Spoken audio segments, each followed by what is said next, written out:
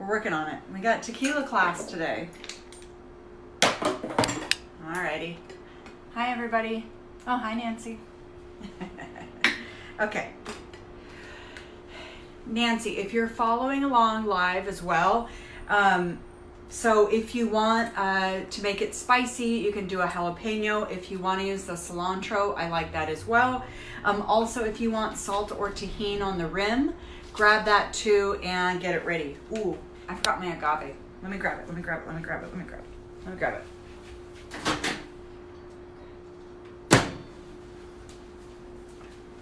Okay. Also, if you're following along live and you have agave nectar or you have sugar to help sweeten your margarita, water it down a little bit, throw it in a Tupperware, throw it in the microwave so that it melts, and that it'll be easier to shake or to mix so you don't get sugar granules in the bottom of your drink. Okay, and let me move this a little closer too. Hold on. Hi. I'm gonna have to move this a little closer. I can't see very well. Maybe my light's way too bright. Hi. Let me turn that down a little bit. I can see better. Okay. Alrighty.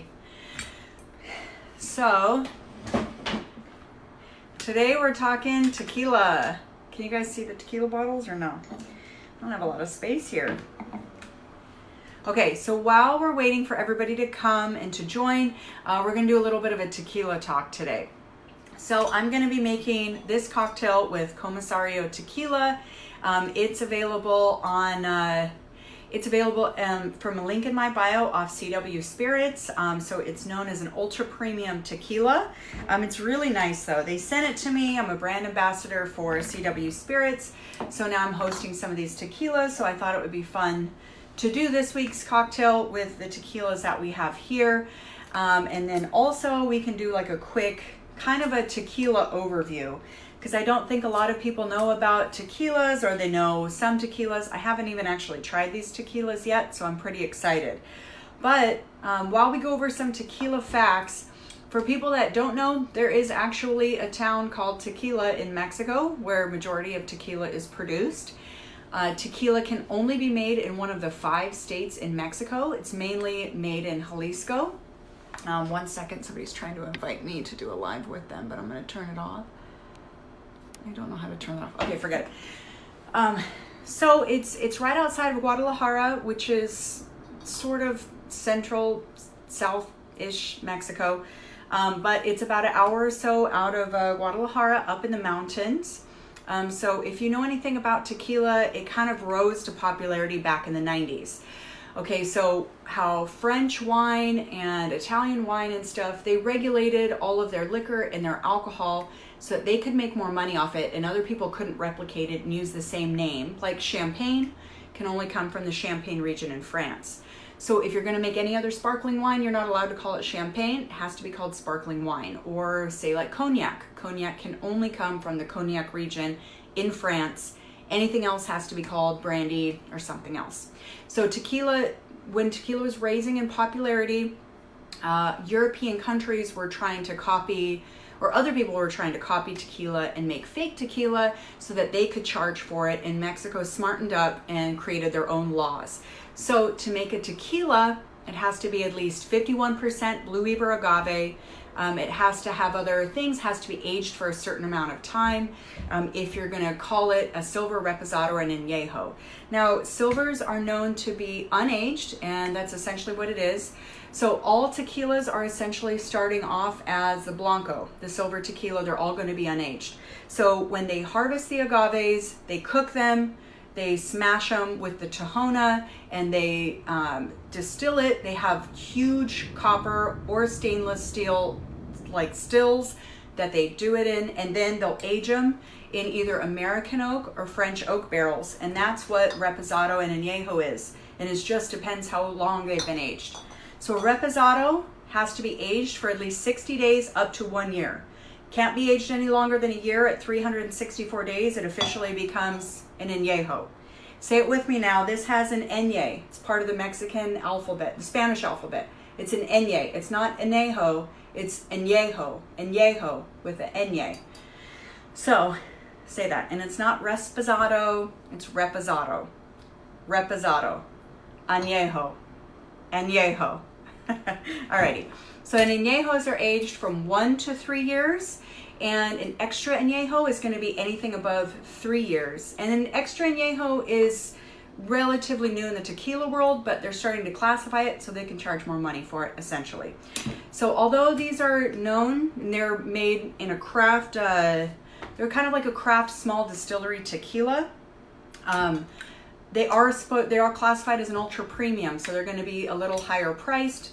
So they are supposed to be sipping tequilas. So technically, I shouldn't necessarily be making a margarita out of this because this is a nice tequila, but we're going to do it anyways because I want to, and rules are meant to be broken, right?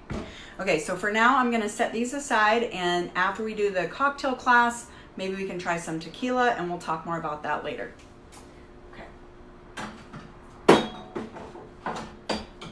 So if you're following along this week, we're going to do a spicy margarita. This is one of our takes on a margarita, which I love. I used to work at a restaurant in Vegas years ago, and we used to do kind of a riff on this cocktail. We had something similar, and I always just thought it was so interesting to add cilantro to a margarita, essentially a margarita. So we're going to start off with our, if you have the ingredients, we need tequila, we need some limes, we need our agave nectar, and then if you want to add them, we're going to muddle a jalapeno and cilantro, okay? And then depending on how spicy you like it, or if you don't like spicy, you don't have to add that. You can still do the cilantro, or like I said in the comments from the other day, you can add a cucumber if you want to do that too. That's kind of a fun addition. So make sure you have your ice, something to measure with, limes, cilantro, agave, tequila, jalapeno. And then if you want something for the rim, if you want salt or you want tahini, go ahead and get that out now too. And then we can get going with the cocktails, okay? We'll also need a cutting board, and I'll whip that out now. Put this right in the middle here. All right, let me move stuff around. Okay. Now, if we're talking about tools today, and you watched last week, if you have a shaker tin, go ahead and use it. If you don't have a shaker tin, use whatever else you have at home. Anything with a lid. If you have a mason jar with a lid, if you have a protein shaker that has a little ball of guy on it, that's fine too, or just anything with a lid works. The word of the day is, make it work.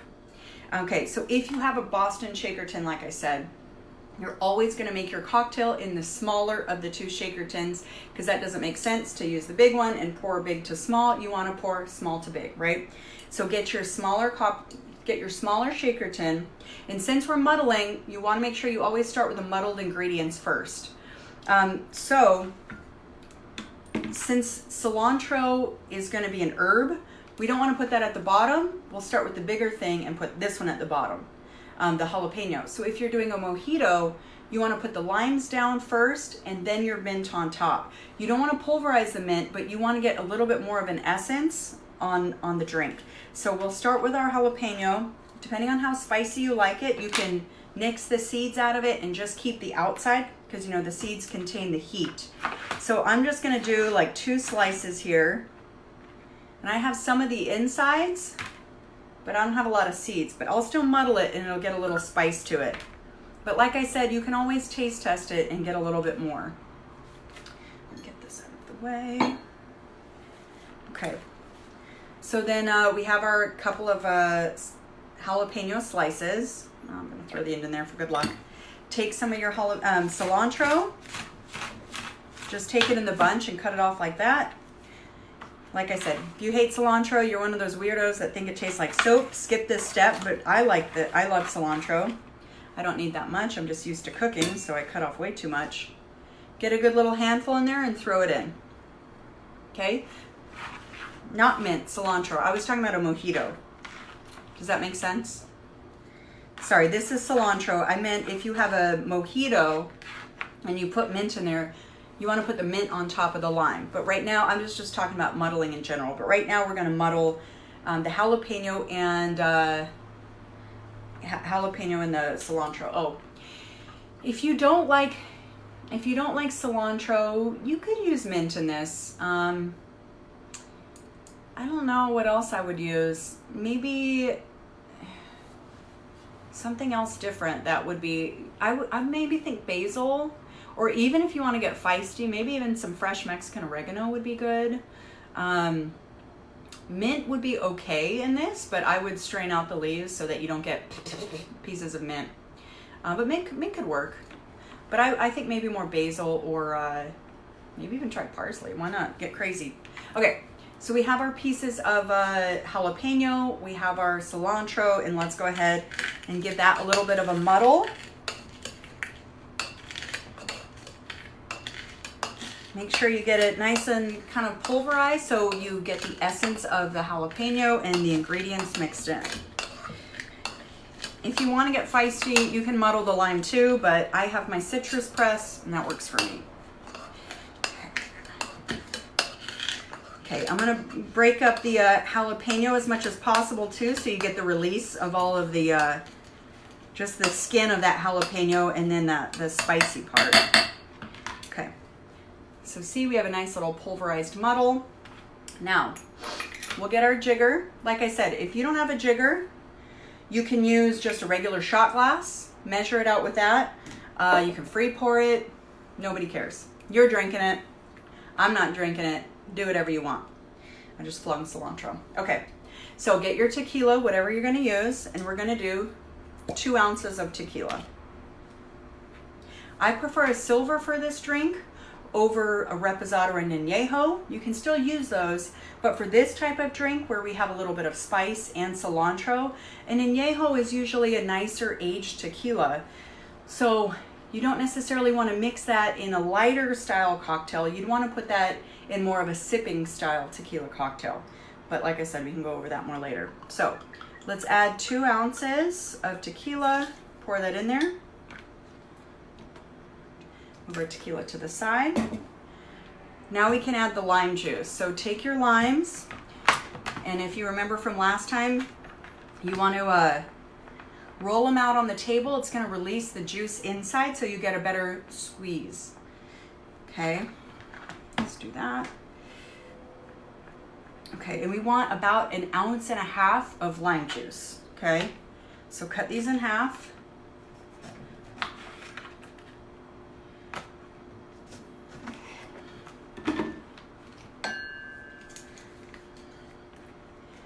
You can squeeze it by hand. I'm using my citrus press, obviously. Obviously, you can double the recipe too if you just want to make a couple, and then you don't have to remake it for later. You can just have it ready to go. So usually 1/2 of a lime is about 1/2 ounce of lime juice. So if you want to just free ball it in there, that's about right. So about 3 of these limes are going to be 1.5 ounces. Okay. Into the shaker tin. Now we take our agave nectar, and like I said, this is my watered down agave nectar. You can put regular agave in there, just sometimes I think when you get the ice in there, the agave will harden up and it won't blend as well. It'll get stuck to the tin, and then you'll wonder why it's not as sweet, and then you'll add more agave and then you'll realize that it hardened and it didn't blend, and then you're like, ugh. If you want to be lazy, you can do it and keep adding more agave and mess with it, but you can also just throw it in the microwave and add some water to it and water it down, and then it won't do that. So let's add 1 ounce of agave, watered down agave nectar. So if you're going to use regular agave, try a little less than 1 ounce. But we'll do our 1 ounce of agave nectar in there. So now we have the 2 ounces of tequila, 1.5 ounces of lime juice, 1 ounce of the watered down agave nectar. We have our cilantro and our jalapeno. Okay, so that's going to be our margarita. Add the ice to it. I'm using hands today. Ain't got time for that. We could get our glass ready, but let's shake it up first. So we added the ice to our smaller shaker tin. Take the bigger tin, pour it in, keep it there. When you do this, you want to seal it by hitting it down. While you're newer, put pressure on both sides of the tin so nothing leaks out, because you do want to seal this Oh, you're doing cucumbers. Oh, how fun. I'm glad. Do cucumbers. It's super fun. Okay, so seal it, and then let's get a good shake. And then when you shake, you don't want to do, nobody wants to do the jack off shake, you know? Okay, don't do that. Never do that. You got to do it over the shoulder. I like to get a good round shake. So that's how I shake. Some people do that. That's more of like the little hipster, you know, some people do, and that's fine because you want to get it around your shaker tin, not just back and forth. But I like to just do a quick round shake so I can do it with both hands. And I can shake like that. It's up to you. Everything's up to you. The over the shoulder boulder. And this is part of the show, man. And don't forget, when you're making cocktails, you're on display, everybody's watching you. So you got to keep a smile on your face. Because the rumor is, when you're bartending and you're shaking, the face that you make while you're shaking is the face you make during sex. So that's another reason why we don't want to, you know, don't do that. Just smile. All right, we got a good shake. Okay. So, like I said last week, the tip to getting your shaker tin off, you see how it's sealed right here and it's flat? You want to put pressure with your thumb. You want to go to the 45-degree angle right here, hit it off, and it'll pop off every time, okay? So while you have it here again, just go right there, pops. Okay, don't sit there and go. It'll take a minute to get off. Flat, 45, hit. And then let it, if you're shaking, you do that, make sure you drain all of your liquid out of the tin. When you see bad bartenders, what they'll do is they'll shake it, they'll pull the lid off. You'll see all the liquid dripping into the ice in the bar. No. Make sure you drip it all out into the other shaker tin before you set that back down. Okay? We forgot to rim our drink, so let's rim our drink. You can get a plate, you can get a paper towel, whatever you want to use that. I'm going to use tahini, but you can use salt, whatever you want to do. Okay, put the tahini down. I should have told you not to throw the lime away because we're going to use the lime to rim the glass. And I am using my fancy purple Williams & Sonoma Margarita glass that was one of my late grandmother's fancy Williams & Sonoma Margarita glasses. So my grandma was super loaded. She was a millionaire out here in San Diego, and she had a lot of fancy kitchen equipment. So these are sentimental. So I got my fancy purple margarita glass. I got my tahini rim. The citrus will help that stick, obviously, if you didn't know that about rimming a drink. So I got one big ice cube. I'm gonna throw that in there, but I forgot to make ice before this, so whoopsies. Okay. Now in this cocktail, we're gonna strain this out.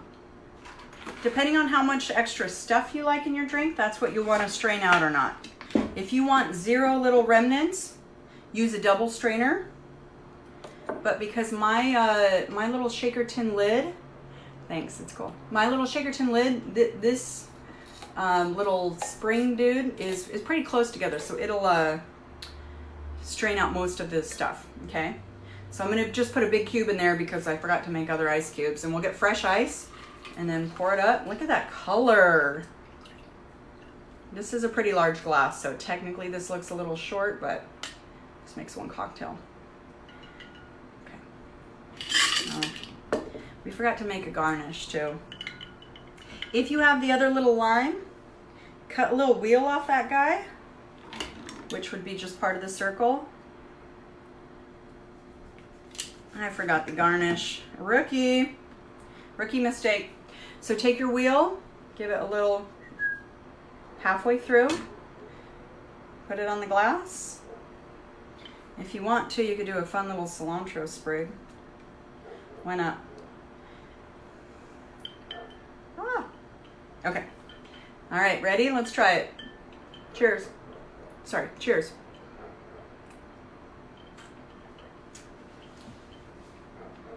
Ooh, it's good. It's good.